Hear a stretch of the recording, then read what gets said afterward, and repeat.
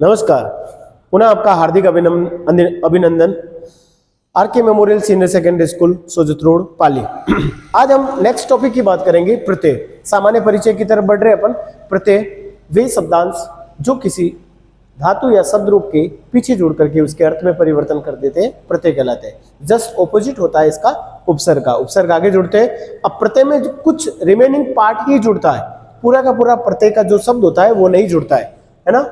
Start कर रहे हैं हम अगले नेक्स्ट की तरफ बढ़ रहे हैं। सेकंड स्लाइड की तरफ देखिए आप। संस्कृत में प्रत्यय, परिभाषा, भेद और उनके उदाहरण। किसी भी धातु या शब्द के पीछे पश्चात जुड़ने वाले वे शब्दांश को प्रत्यय कहते हैं। जैसे पट के साथ त्वा प्रत्यय जुड़ा, बना पठित्वा। अब कुछ धातुओं में यानी कुछ प्रत्ययों में इट आगम होता है। इट आगम का मतलब ई जुड़ करके फिर प्रत्यय का भाग जुड़ता है। तो यहाँ पट धातु में त्वा प्रत्यय लग करके बना पठित्वा, और जिसका अर्थ होता है पढ़ करके। अर्थ से आपको कोई संबंधित नहीं है, आपको ये ध्यान रखना है कि कौन सा प्रत्यय और धातु में क्या जुड़ करके वो परिवर्तन होकर के नया बन रहा है। अगली स्लाइड की तरफ बढ़ते हैं। तीसरे नंबर पर प्रत्यय के भेद मुख्य रूप से 3 प्रत्यय माने जाते हैं संस्कृत के अकॉर्डिंग। कृत प्रत्यय, अब मैं आपको थोड़ा इसका एक विस्तारित रूप बता देता हूं। कृत प्रत्यय कहां पर प्रयोग करेंगे? कृत प्रत्यय, कृत प्रत्यय ये केवल धातुओं के साथ जुड़ते हैं। धातु, धातु का मतलब केवल धातु रूपों के साथ। धातु रूप का मतलब जिनके हम लकार इत्यादि प्रयोग करते हैं वो कृत प्रत्यय। या दूसरा दे रखा त्वदित प्रत्यय। यहां पर अब धातुओं का रोल खत्म हो गया है। अब यहाँ पर कोई धातु नहीं आएंगे। यहाँ पर आएंगे केवल नाउन यानी संज्ञा या कोई सर्वनामिक शब्द आएंगे जिनके साथ हम प्रत्ययों को ऐड करेंगे, तो वो हो गए त्वदित प्रत्यय। और तीसरा स्त्री प्रत्यय। स्त्री प्रत्यय वे होते हैं जो सीधे तौर पर पुल्लिंग से स्त्रीलिंग में परिवर्तन करने के लिए काम में लिए जाते हैं। जैसे एक एग्जाम्पल के रूप में समझना स्त्री प्रत्यय, जैसे मैंने लिया अश्व। अश्व चूंकि पुल्लिंग शब्द है घोड़ा, अब मैं इसको स्त्रीलिंग में परिवर्तन करना चाहूं तो टाप प्रत्यय जुड़ करके इसमें बन जाएगा। टाप प्रत्यय ऐड करूंगा तो हो जाएगा अश्वा, इसका मतलब घोड़ी। यानी ये पुल्लिंग शब्द था, इसको मैंने स्त्रीलिंग में परिवर्तन किया तो ये स्त्री प्रत्यय। स्त्री प्रत्यय में अपन आगे बढ़ेंगे, टाप, गिप ये इत्यादि प्रत्ययों का प्रयोग करेंगे। ठीक है, सामान्य परिचय की तरफ बढ़ रहे हैं अपन। ज्यादा हम इतना डीप नहीं जा रहे, सामान्य सामान्य जानकारी दे रहा हूं मैं आपको। तीसरा हम चल रहे हैं। अब एक एक का इनका जो मैंने अभी बताया आपको वो यहां पर लिखा हुआ, बस इस स्लाइड को आप देखते रहिए, स्क्रीनशॉट लीजिए, आराम से पढ़िए इसको। कृत प्रत्यय धातुओं में जुड़ने वाले, जो प्रत्यय धातुओं के अंत में जुड़ते हैं उन्हें कृत प्रत्यय कहते हैं। प्रत्यय तिंग प्रत्यय से भिन्न होते हैं। तिंग प्रत्यय का मतलब ती इत्यादि जो धातुओं में हम प्रयोग करते हैं, जैसे त्वा, लियप, तुमुन, तवतु, सत्री, शानच, अन्य, रियत, नवल, ल्युट इत्यादि प्रत्यय। अब बाकी की जो इतने सारी श्रृंखला दे रखी ये इतने नहीं है, और भी बहुत सारे हैं। लेकिन जैसे जैसे हम अगले अगले स्टेप अगली क्लास की तरफ बढ़ते रहते हैं वैसे हमारे लिए ये और सरलीकरण की तरफ बढ़ता रहता है, या अपन यूं बोल सकते हैं और हम प्रत्ययों के बारे में जानते हैं। जैसे अभी सामान्य 6, 7, 8 क्लास तक के लिए हम त्वा, लियप, तुमुन है ना, क्षत्रिय, शानच, अन्यर इसके साथ ऐड कर देता त्वत, ये इत्यादि प्रत्यय पढ़ते हैं। बाकी यत, नवल, लुट ये इत्यादि 10th क्लास का जैसे स्टैंडर्ड बढ़ता है वैसे वैसे इनका क्रम भी हम बढ़ाते रहते हैं। तो अभी हम सामान्य परिचय में ले रहे, बस आप इनको याद रख सकते हैं। ठीक है, उदाहरण के रूप में यह दे रखा क्रि प्लस त्वत प्रत्यय। देखो ये त्वत मैंने लिखा था, तो त्वत का शेष रहता है तव्य, स्त्रीलिंग में रहता है तव्या और नपुंसकलिंग में रहता है तव्यम। ठीक है, यहां पर एक एग्जांपल दिया, क्रि धातु के साथ त्वत प्रत्यय, तो यह बना कर्तव्यम। पट धातु अन्य प्रत्यय, अन्य का शेष रहता है अन्य, अन्या, अन्यम, तीनों रूप में चलता है। यहाँ स्त्रीलिंग का एक नपुंसकलिंग का एक फॉर्मेट लिया पटनियम। दा धातु तुमुन प्रत्यय, तुमुन का शेष रहता है तुम, तो बन गया धातुम। गम, गम का हम गच बनाते हैं इत्यादि, लेकिन यहाँ गम का गम ही रखेंगे। नकार का लोप हो जाएगा, नकार का मतलब पंचम अक्षर का लोप हो जाता है। कुछ प्रत्ययों में आपको विशेष रूप से ध्यान रखना पड़ेगा, उनको एग्जाम्पल के रूप में ध्यान रखना। तो यहाँ पर तवत्तु प्रत्यय, तो तवत्तु का शेष रहता है वान। ऐसे वान अभी वहां पर त्वदित प्रत्यय में भी आएगा, वहां मतु प्रत्यय में आएगा।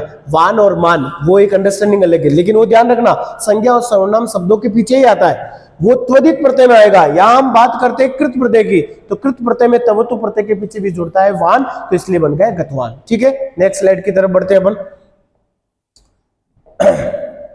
अब दूसरा आ गया त्वदित प्रत्यय, जो हम संज्ञा और सर्वनाम प्रत्यय में यूज करते हैं। शब्द में जुड़ने वाले, शब्द का मतलब यहां समझना शब्द कौन से, जो सर्वनामिक और हम संज्ञाकालिक जो शब्द यूज करते हैं। यहाँ लिखा हुआ स्पेशल देखो, संज्ञा, सर्वनाम, एक शब्द और लिखा हुआ विशेषण इत्यादि, जो विशेषता इत्यादि, इसका प्रयोग बहुत कम देखने को मिलता है हमें, ज्यादातर आपको संज्ञा सर्वनाम वाले मिलेंगे, वो त्वत प्रत्यय कहलाते हैं।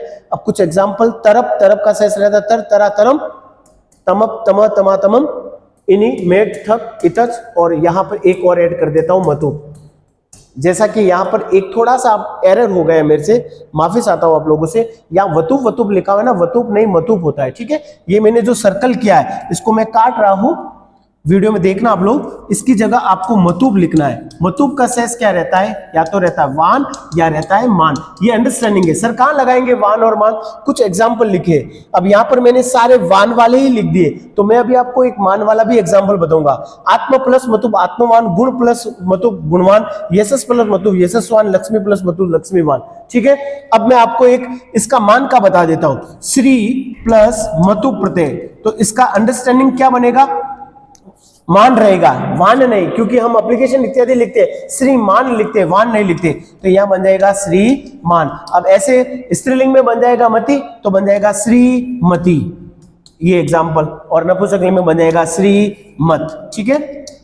ये हो गया, ये मैंने एक मान का एग्जाम्पल आपके सामने लिया है। नेक्स्ट स्लाइड की तरफ बढ़ते हैं अपन। अब लास्ट था स्त्री प्रत्यय, कौन सा था, स्त्री प्रत्यय। स्त्री प्रत्यय में आपको क्या ध्यान रखना, वही मैंने बताया जो पुल्लिंग से स्त्रीलिंग में परिवर्तन होते हैं, ठीक है। अब पुल्लिंग शब्दों में जिन प्रत्ययों का स्त्रीलिंग या स्त्रीवाचक शब्द बनाए जाते हैं स्त्री प्रत्यय कहलाते हैं। लास्ट स्लाइड है, अंतिम देखना आप, सामान्य परिचय के रूप में पुल्लिंग से हम स्त्रीलिंग में चेंज कर रहे हैं। जैसे अज, अज का मतलब बकरा, पुल्लिंग शब्द है, इससे हमने स्त्रीलिंग टाप प्रत्यय जोड़ा, बना अजा। एक एग्जाम्पल लिखा हुआ है, ये देखो, अज प्लस टाप प्रत्यय। अब गिप प्रत्यय भी होता है, ठीक है। सामान्य 10th क्लास तक दो ही पढ़ते हैं अपन, टाप और गिप इत्यादि पढ़ते हैं। अज प्लस टाप अजा, गुणिन प्लस गिप गुणिनी, देव प्लस गिप तो बन गया देवी, और त्रिलोक प्लस त्रिलोकी, ये एक समासिक पद है, समासिक पद का भी होता है गिप प्रत्यय में। बाकी बहुत सारे एग्जाम्पल, एक नोट करके मैं एक बात लिखा रहा हूं जो मैं ऐड नहीं कर पाया, अब रिसेंटली मुझे याद आया। नोट आपको ये ध्यान रखना कि वे शब्दांश जिसके पीछे अक आता है, जैसे फॉर एग्जाम्पल लिखा हुआ बालक, क्या लिखा, बालक। अब लास्ट में स्वर्णामिक उच्चारण के अकॉर्डिंग देखो क्या आ रहा है, स्वरिक उच्चारण क्या आ रहा है, स्वरिक का मतलब स्वर क्या आ रहा है, अक आ रहा है, अंतिम दो लेटर में ध्यान रखना अक, तो आपको उसमें पहले इक बनाना है। पहले क्या बनेगा, बालिक, क्या बनेगा, बालिक, उसके बाद में टाप प्रत्यय का ऐड करना। ये रूल केवल टाप प्रत्यय के साथ के लिए, यहाँ लिख देता हूं टाप। अब बालिक बना, अब टाप प्रत्यय ऐड करेंगे इसमें, तो अब क्या बनेगा, बालिका, क्या बनेगा, बालिका। ऐसा नहीं बालक का हम टाप प्रत्यय डायरेक्ट नहीं बनाना, बालका नहीं होगा, एक जुड़ेगा, यानी अक हट करके, ये केवल अक के लिए, जिस शब्द में केवल लास्ट में उच्चारण में अक आए उनके लिए अक को परिवर्तन करके एक करेंगे, तो बनेगा पहले बालिक और उसमें टाप प्रत्यय जुड़ करके बनेगा बालिका, ठीक है। बस धन्यवाद, थैंक यू। यहां तक हमारे स्त्री प्रत्यय तक था, आप ध्यान रखना। अगला हम नेक्स्ट और सामान्य परिचय की तरफ बढ़ेंगे अगले टॉपिक के लिए, तब तक के लिए धन्यवाद।